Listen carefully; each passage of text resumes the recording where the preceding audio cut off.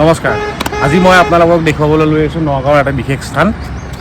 এতিয়া আমি আহি উপস্থিত হৈছোঁহি নগাঁও গাৰ্লছ কলেজৰ সন্মুখত কলঙৰ পাৰত নতুনকৈ নিৰ্মাণ হৈ থকা জুবিন উদ্যান। আমাৰ সকলোৰে হিয়াৰ আমঠু জুবিন দাৰ স্মৃতিত নগাঁৱৰ কলঙৰ বাকৰিত নিৰ্মাণ হৈ থকা জুবিন উদ্যান মই আপোনালোকক দেখুৱাব বিচাৰিছোঁ।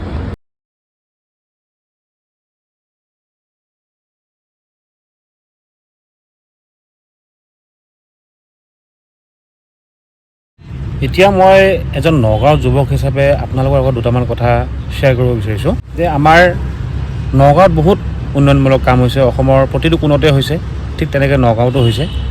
কিন্তু নগাঁৱৰ কিছু কাম বিশেষ হৈছে, যেনে আজি আমি আপোনাক দেখুৱাবলৈ অনা এইখন জুবিন উদ্যান।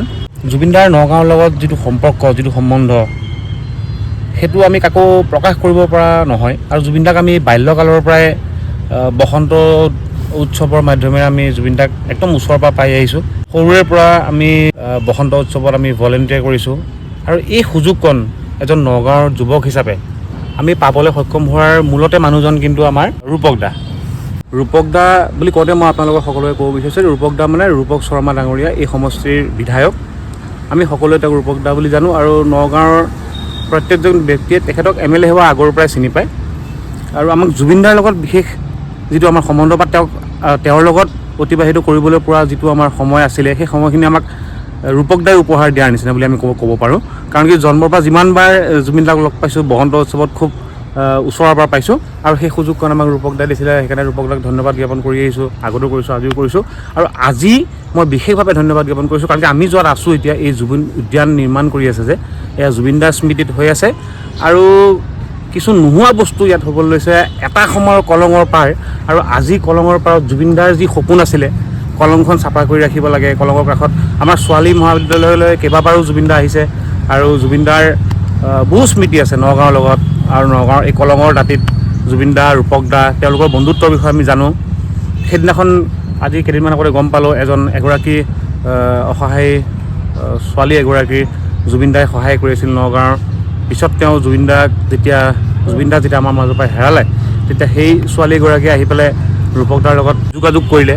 গতিকে নগাঁৱৰ সকলোৱে আমি জুবিন দা আৰু ৰূপক দাক, তেওঁলোকৰ বন্ধুত্বৰ বিষয়ে আমি জানো আৰু খুব সুখী যে সেই বন্ধুত্ব আজিৰ দিনত ৰূপক দাই এতিয়াও অটুট ৰাখিছে। কি সুন্দৰভাৱে এখন উদ্যান নিৰ্মাণ কৰি আছে নগাঁৱৰ মাজমজিয়াত, জুবিন উদ্যান নামেৰে নামাকৰণ কৰিব। খুব সুন্দৰ এটি প্ৰতিমূৰ্তিও নিৰ্মাণ কৰি আছে। তাৰপিছতে আপোনাৰ এখন শিশু উদ্যান কৰিছে ইয়াতে।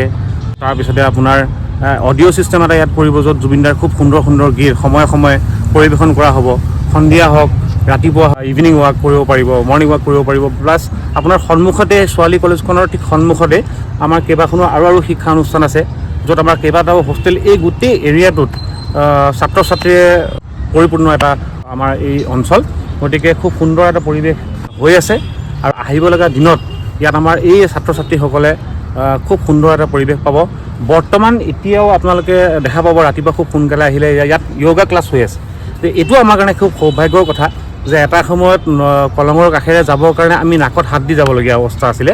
আৰু খুব কম সময়ৰ ভিতৰতে 10 বছৰতে ৰূপক দাৰ বিশেষ প্ৰচেষ্টাত কলঙৰ পাৰখন ইমান ধুনীয়াকৈ নিৰ্মাণ কৰি তুলিছে।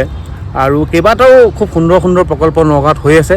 ইয়াৰ ভিতৰতে মোক একদম অন্তৰৰ পৰা চুই যোৱা যি এই ৰূপক দাৰ প্ৰচেষ্টাত হোৱা এইখন আমাৰ জুবিন উদ্যান, তাৰ বাবে মই ধন্যবাদ জ্ঞাপন কৰিছোঁ। আৰু নিশ্চয়কৈ চৰকাৰৰ সদিচ্ছা, চৰকাৰৰ আশীৰ্বাদ নোহোৱাকৈ এই সম্ভৱ নহয়। গতিকে আমি নগাঁৱৰ এজন যুৱক হিচাপে আমি মাননীয় মুখ্যমন্ত্ৰী মহোদয়ক ধন্যবাদ জ্ঞাপন কৰিছোঁ। তেখেতেও ইমান মৰম আমাৰ নগাঁৱলৈ দিছে। তেখেত মুখ্যমন্ত্ৰী হোৱাৰ আগতে আমি কেতিয়াও কোনোদিনে কোনো চৰকাৰে আমাৰ নগাঁওখনৰ প্ৰতি ইমান, আগতেও কৰিছে যদিও এই ইমান ফাষ্ট ডেভেলপমেণ্ট আমাৰ CM ছাৰৰ নেতৃত্বত হৈ আছে। গতিকে তেখেতকো ধন্যবাদ জ্ঞাপন কৰিছোঁ আৰু তেখেতৰ সুস্বাস্থ্য কামনা কৰিছোঁ। আগন্তুক আৰু কেইবা বছৰ ধৰি আমাৰ মাননীয় মুখ্যমন্ত্ৰী মহোদয়ে অসমক নেতৃত্ব দি যাওক। এনেকুৱা সুন্দৰ সুন্দৰ প্ৰকল্প আমাৰ নগাঁও অসমবাসীৰ বাবে দি যাওক। আৰু আমাৰ শ্ৰদ্ধাৰ সকলোৰে ৰূপক দা, ৰূপক শৰ্মা ডাঙৰীয়া, তেখেতৰ সুস্বাস্থ্য কামনা কৰিছোঁ। খুব সুন্দৰভাৱে তেওঁ যেনেকৈ কামসমূহ কৰি আহিছে, আগন্তুক দিনতো তেখেতে আৰু দ্ৰুতগতিত এই কামসমূহ আগুৱাই লৈ যাব, এয়া মোৰ দৃঢ় বিশ্বাস। আৰু নগাঁৱৰবাসী হিচাপে, এজন নগাঁৱৰ যুৱক হিচাপে আজি এই জুবিন উদ্যানত আহি খুব আনন্দিত আৰু গৌৰৱান্বিত অনুভৱ কৰিছোঁ। এই যে নিৰ্মাণ হৈ থকা জুবিন উদ্যান, এই জুবিন উদ্যানৰ ঠিক সন্মুখতে আমাৰ কলংখন আছে আৰু এই কলঙৰ বুকু দিয়ে আমি নাৱেৰে জুবিনদাৰ অস্থি লৈ গৈ পেলাই আমি ব্ৰহ্মপুত্ৰৰ বুকু পাইছিলোঁগৈ আৰু সেই ব্ৰহ্মপুত্ৰৰ বুকুত তাৰ অস্থি আমি বিসৰ্জন কৰিবলৈ সক্ষম হৈছিলোঁ। গতিকে সেইকাৰণে আমি এবাৰ ৰূপক দাক আকৌ এবাৰ ধন্যবাদ জ্ঞাপন কৰিছোঁ। আৰু কলংখন নগাঁৱৰ আয়ুস ৰেখা হয়।